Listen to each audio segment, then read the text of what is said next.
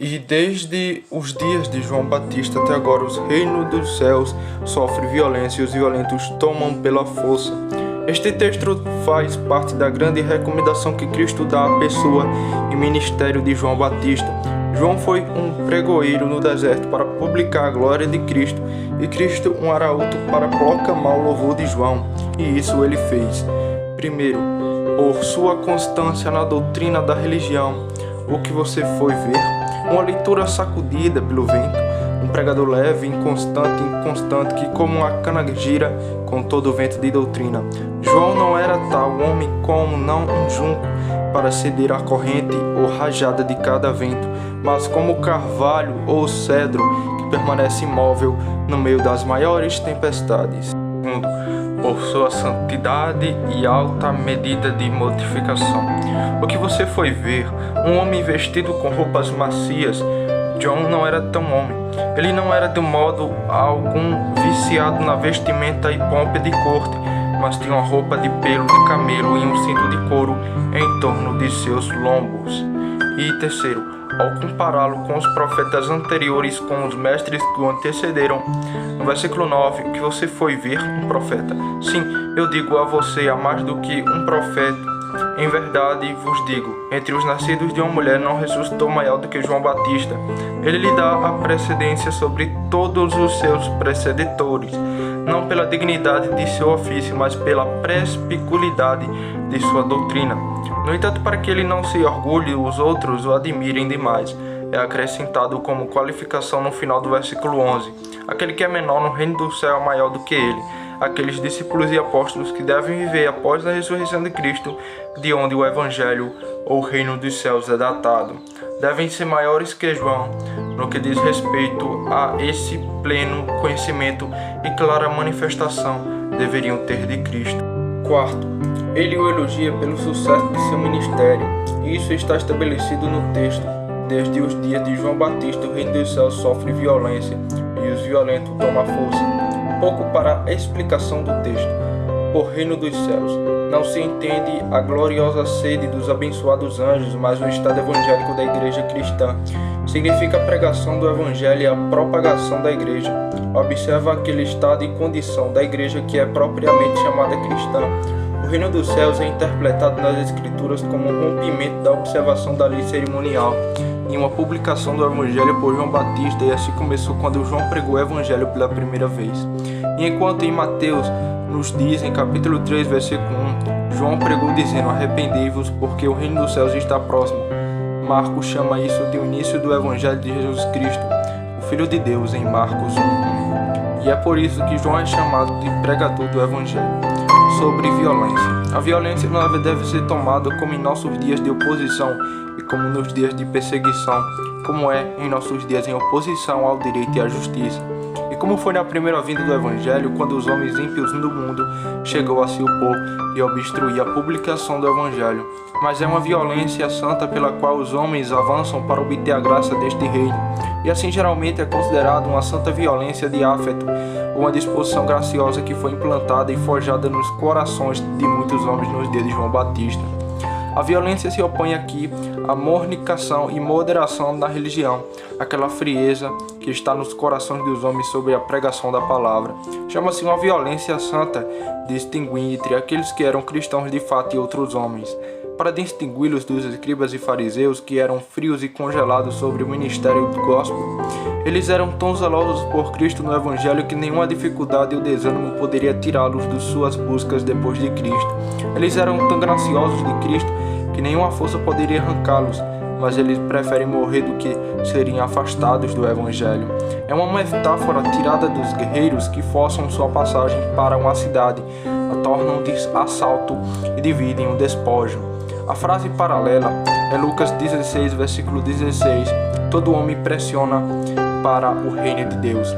Pelo período de tempo em que esta violência foi declarada e expressa, foi no dia 15 do ano de Tibério, como você lê em Lucas capítulo 3, versículo 1, no dia 29 de Cristo. Muitas doutrinas podem ser levantadas a partir dessas palavras, mas não publicarei observações. A primeira e principal doutrina é tirada do tempo em que essa violência era, e a doutrina é esta.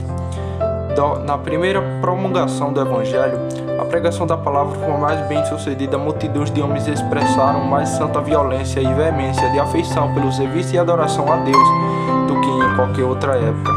Desde os dias de João Batista até agora, o reino do céu sofre violência. As pessoas estavam frias e congeladas sobre o ministério dos escribas e fariseus. Elas foram esquecidas sobre o ministério de João. No tratamento deste ponto, duas perguntas devem ser respondidas. Primeiro, de onde acontece que as pessoas naquela época eram tão fervorosas e afetuosas para com o Evangelho, que o Evangelho foi tão bem sucedido então? Segundo, de onde vem que não é mais bem sucedido agora, ou porque essa violência sagrada está agora diminuída? Primeiro, quais são as razões pelas quais foi o sucesso de João Batista? Eu respondo, diversas razões podem ser apresentadas. Primeiro, por causa da novidade do Evangelho. As coisas novas são mais comoventes e agradáveis à natureza do homem. Este foi um movimento da admiração do povo por Cristo. Marcos 1, versículo 27. Todos ficaram maravilhados, dizendo que nossa doutrina é esta, e assim, para com a autoridade, ordena aos espíritos imundos que lhe obedecem. Eles não passavam seu tempo em outra coisa senão contar ou ouvir alguma coisa nova. Enquanto o ministério de João era novo e fresco, todos se regozijavam nele. João capítulo 5, versículo 35. Vocês estavam dispostos por um tempo para se regozijarem na luz, e assim o ministério de Paulo foi mais bem sucedido entre os tessalonicenses no início. 1 Tessalonicenses capítulo 2, versículo 1. Você sabe que nossa entrada em você que não foi em vão. Foi a observação de Marlock que os homens eram favorecidos e seguidores do Evangelho quando ele apareceu pela primeira vez. Ressonância 2. Outro fundamento do sucesso do Evangelho naquela época é este, porque as profecias do Antigo Testamento deveriam ser cumpridas tanto para a extensão da igreja em relação ao lugar e às pessoas, quanto à intenção da afeição. Primeiro, para a extensão da igreja em relação ao lugar e às pessoas. Isso foi pré-entendido nas Escrituras, em Isaías capítulo 54, versículo 1 a 2. Cante, ó estéril, tu que não deu a luz, irrompe em canto e clame em voz alta, tu que não viajaste com criança, pois mais são os filhos da desolada dos que os filhos da esposa casada, diz o Senhor. Alarga o lugar das tuas tendas e estenda-te as cortinas das tuas habitações. Não poupe, alongue suas cordas e fortaleça suas estacas. Qual lugar é aplicado por Paulo à conversão dos gentios na primeira promulgação do Evangelho? Gálatas capítulo 4, versículo 27, onde ele cita as próprias palavras do primeiro versículo agora mencionado. Outra profecia que da mesma natureza que você tem em Isaías capítulo 2, versículo 2, acontecerá no luxúrio dias que o monte da casa do Senhor será estabelecido no meio dos montes, será exaltado acima dos montes, e todas as nações fluirão para ele. Com promessa na mesma palavra repetida. Outras promessas da mesma natureza é Isaías 60, versículo 4 ao 5, e em muitos outros lugares que não é necessário mencionar agora. Segundo, havia promessas também para a intenção dos afetos. Isaías 40, versículo 31. Eles os esperam no Senhor, perderão suas forças, subirão com asas como a águia. A águia é um pássaro que voa mais forte e mais alto de todos os que voam no ar. Então, em Zacarias capítulo 8, naquele dia, o fraco será como Davi, e a casa de Davi será como Deus. Então, em Salmos capítulo 3 é profetizado da primeira introdução do Evangelho que teu povo será um povo disposto no dia do teu poder.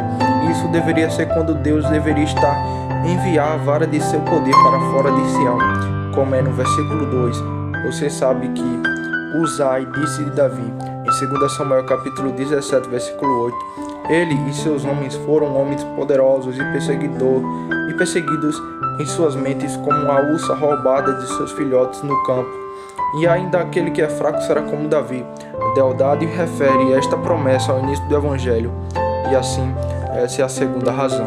Terceira, o Senhor faz isso para dar maior glória ao homem e para levar a estima dele no coração e o dos homens. Pois se o Evangelho tivesse apenas alguns convertidos e tivesse tido apenas um pouco de sucesso na primeira divulgação, o povo não teria assim admirado tanto, nem tão altamente estimado como eles fizeram. Quarto, isso acontece por causa da perspicuidade da doutrina do Evangelho acima da lei.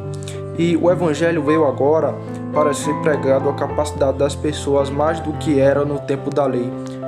Embora seja verdade, aquele Evangelho puro, pela substância, ele foi pregado no tempo da lei, mas não tão claramente quanto no tempo do Evangelho. Pois a lei nada é mais do que um Evangelho obscuro, e o Evangelho nada mais do que uma lei clara. A lei foi ocultada e levada sobre sombras escuras e cerimônias, mas o Evangelho é claro e evidente. Isso você expõe plenamente em 2 Coríntios capítulo 3, versículo 15. Quando Moisés foi lido, havia um véu em seus corações, e quando eles se voltam para o Senhor, o véu será tirado. No versículo 18, mas todos nós, com o rosto aberto, contemplaremos como por um espelho a glória do Senhor. Isso também está previsto em Isaías capítulo 30, versículo 26, na promulgação do Evangelho. A luz da lua será como a luz do sol, e a luz do sol será 7 vezes maior que a luz de 7 dias. Por causa dessa grande e gloriosa liberdade que o Evangelho os instatou acima da lei, não quero dizer sensual, mas um cristão e santo uma liberdade evangélica, assim foi nomeado na sala da circuncisão. Nosso Salvador fez isso, proferem: vinde a mim todos que estáis cansados e sobrecarregados, e eu vos aliviarei. Mateus capítulo 11, versículo 28. Que lugar deve ser entendido não apenas como trabalhar sobre o fardo do pecado, mas também sobre a escravidão e jugo da lei cerimonial, sobre todos aqueles ritos caros, dolorosos e penosos impostos a eles, que eram um jugo que nem eles nem seus pais foram capazes de suportar, como Pedro fala da circuncisão em Atos capítulo 15, versículo 10, e assim você tem a razão para o sucesso dos evangelhos nos dias de João, e tanto para a primeira pergunta. A segunda pergunta é esta: como é que para o ministério da palavra não é tão bem sucedido agora como foi nos últimos da primeira pregação dele?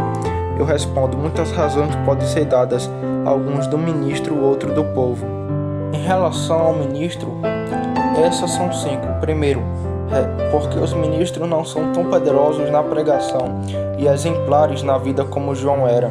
Ele era uma luz ardente e brilhante, havia seu zelo na pregação, havia a santidade de sua conversa.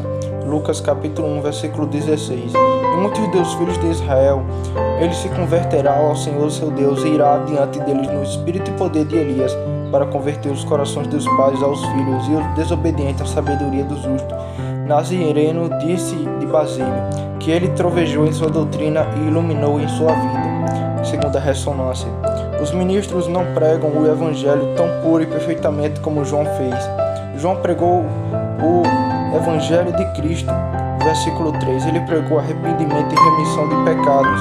Embora João trouxe o Evangelho, mas contudo ele pregou os deveres e não reclamou os deveres, ele insistiu nos deveres e não os rejeitou. Ele pressionou seriamente sobre os deveres da lei moral, ele pregou arrependimento, enquanto muitos ministros hoje em dia consideram isso como um trabalho legal e sérvil, não adequado para os cristãos sobre o Evangelho para serem pregados, não adequado para ministros para pregar ou pessoas para ouvir. E esta é uma grande razão pela qual os homens assumem tal liberdade pecaminosa de seguir seus próprios caminhos e concupiscências, e pelo que significa o Evangelho venha a ser menos bem sucedido. Mas isso, você vê, estava longe da mente e do temperamento de João, pois disse ele: arrependei-vos, porque do reino do céu está próximo. Mateus 3, versículo 2. Ó geração de víboras, como podereis escapar da condenação do inferno? Foi a linguagem do nosso Salvador em Mateus 22, versículo 33, e Jeremias 23 e 22. Mas se eles estiveram no meu conselho, fizeram meu povo ouvir minhas palavras, então eles deveriam tê-lo desviado do seu mau caminho e da maldade de suas ações. Eis que eu sou contra os que profetizam sonhos falsos, diz o Senhor. Diga-lhe e faça o meu povo errar com suas mentiras e com sua leviandade, mas não o enviei, nem os ordenei, portanto de nada aproveitarão a este povo, diz o Senhor. 2 Coríntios capítulo 4. Mas nós renunciamos às coisas ocultas da desonestidade, não andando em coisas carnais, nem manejando a palavra de Deus enganosamente, mas pela manifestação da verdade, recomendando-nos a consciência de cada homem diante de Deus. Ele enerva e macula o poder da palavra para tê-la misturada com falsidade. Muita verdade é pregada na igreja de Roma, mas a conversão não é comumente entre eles, porque eles adulteraram a verdade por muitos erros. Os escribas fizeram pouco bem por sua pregação, porque misturaram tantas tradições infundadas que ensinaram sem qualquer autoridade, Cristo ensinando como quem tem autoridade e não como o escriba. Terceiro, porque os ministros não pregam tão claramente como João fez, seja em matéria, método ou forma de expressão. 1 Coríntios capítulo 14, parte do versículo 5, maior é aquele que profetiza do que aquele que fala em línguas, a menos que interprete para que a igreja receba edificação. Muitos pregadores são como Erasmo, que se chamava o obscuro doutor. Afetam noções sublimes e expressões obscuras, frases grosseiras, não tomando claras as verdades difíceis, mas difíceis a verdade simples. Eles escurecem conselho por palavras sem conhecimento. Jó 38:2. Quarto, porque os ministros não pregam tão metodicamente como João fez. Mateus 3, versículo 2. João pregou dizendo: arrependei-vos para o reino do céu. Está em banda, Marcos diz. O evangelho começou com o ministério de João. Sua doutrina começou com arrependimento. Os homens adotam outro método hoje em dia e assim se mostram infrutíferos. Quinto, porque não há aquela harmonia entre os ministros agora que era antigamente. João pregou que os profetas ensinaram e Cristo seguiu os passos de João. O apóstolo concordaram exatamente e continuaram na doutrina de seus predecessores, mas agora em nosso tempo os ministros estão divididos, um prega uma coisa, outro prega outra coisa. Isso perturba muito a mente das pessoas e torna muitos tropeçam na verdade da palavra. E assim, o evangelho se mostra sem sucesso. Isso acontece do povo, e isso por 4 razões. Primeiro, as pessoas questionam mais o escritório e a convocação do ministério agora do que questionam. Todos os homens consideram João como profeta. A razão pela qual o ministério de Paulo foi ineficaz para muitos corintianos foi esta, porque eles questionaram seu chamado e, portanto, ele trabalha para reivindicar sua autoridade apostólica ao longo da epístola. Isso tira aquele tremor e majestade que deveria estar nos homens para com a palavra. Pelo contrário, a razão pela qual o ministério de Paulo foi tão eficaz para os tessalonicenses foi esta, porque quando eles perceberam a palavra de Deus, eles não receberam como a palavra de homens, mas como na verdade como a palavra de Deus que se opera eficazmente naqueles que creem. 1 Tessalonicenses capítulo 2, versículo 13. Eu sei que alguns questionam a legalidade de nosso ministério neste fundamento, porque milagres não acontecem na primeira promulgação do Evangelho, mas esta não é razão justa, e para que eu possa remover este obstáculo do sucesso do Evangelho, irei refutá-lo brevemente. Primeiro, João teve seu chamado do céu, conforme Mateus capítulo 21, versículo 25 ao 26, e ainda assim João não fez nenhum milagre. João capítulo 10, versículo 41.